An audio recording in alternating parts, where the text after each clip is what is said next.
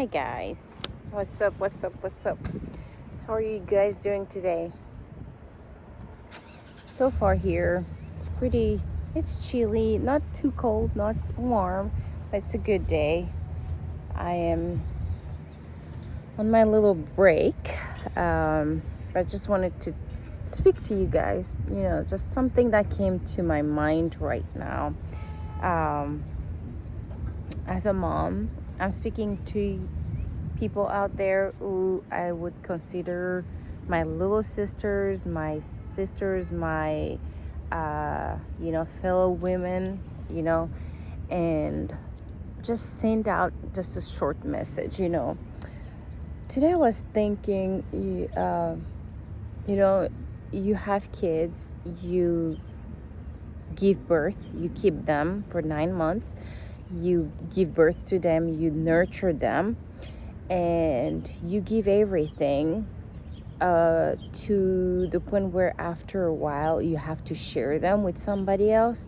Of course, that somebody else is their parent, but still, it's something that you really took care of for a long time, or someone that you took care of, someone that is part of you,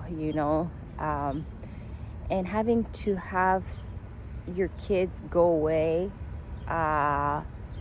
and not being able to be with them, hug them before bed, or just protect them, know that they're fine and they're safe, can drive you crazy. Because for somebody like me, being a mom is all I've wanted, right?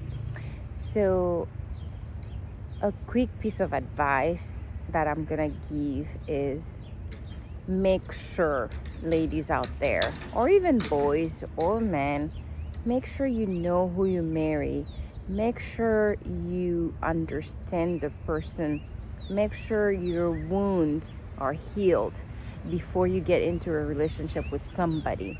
Make sure all your trauma from parents or generations after generations have healed or are being worked on, because it's so important that how that cycle repeats itself. And it's crazy how it can really easily repeat itself.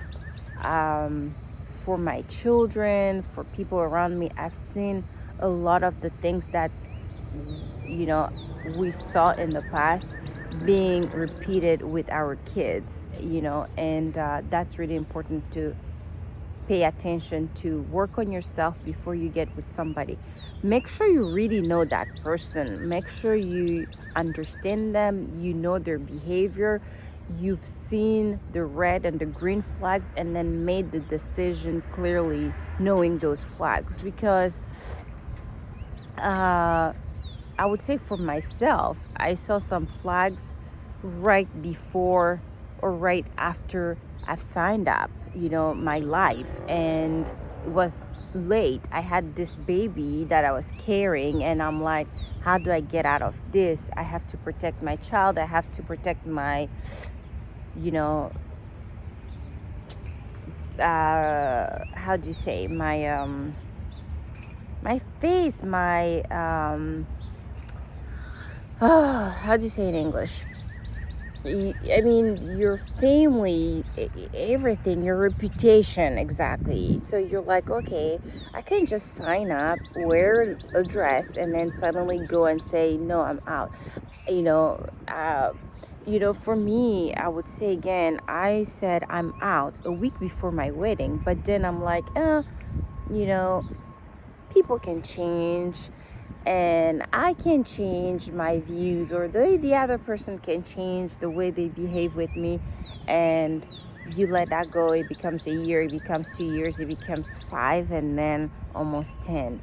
And you're like, wow, the only good thing is my kid that I got out of this. And you don't have to get there. So for you not to get there, you have to make sure that you know the person you're with, know who you marry, know each other before you sign up for that covenant, before you promise stuff, because it's really important on how many things we can miss at the beginning and rush things. So I'm speaking for my own experience, not as a therapist, not as a doctor or anybody, but from experience. So to all my little sisters out there, know who you get involved with. Know their behaviors when they're happy, when they're mad, when they're around people, when they're alone, and when they're around kids. Know their behaviors. Know their emotional, regulations. Do they regulate? Do they control themselves? Can they, you know, control themselves when very mad or very happy? Because some people cannot, do that or balance those things. And are they emotional intelligent? Are they stable mentally, emotionally? Are you, stable emotionally and mentally? How do you behave when you're angry, when you're happy? Can you be around only one person and live with that person daily with their own behavior against your behavior? So really, go to therapy. Don't wait until things are bad. Before marriage, go to therapy. During marriage, go to therapy. When you have kids, go to therapy, and go to therapy on your own, and then go to therapy together. So, and have a spiritual director and things like that. So really work on your faith. See how their faith is, and are they really a person who fears God? Do you fear God? So you really have to do all those things to then have a really stable relationship, because I'm telling you, it's not fun to say goodbye to your kid.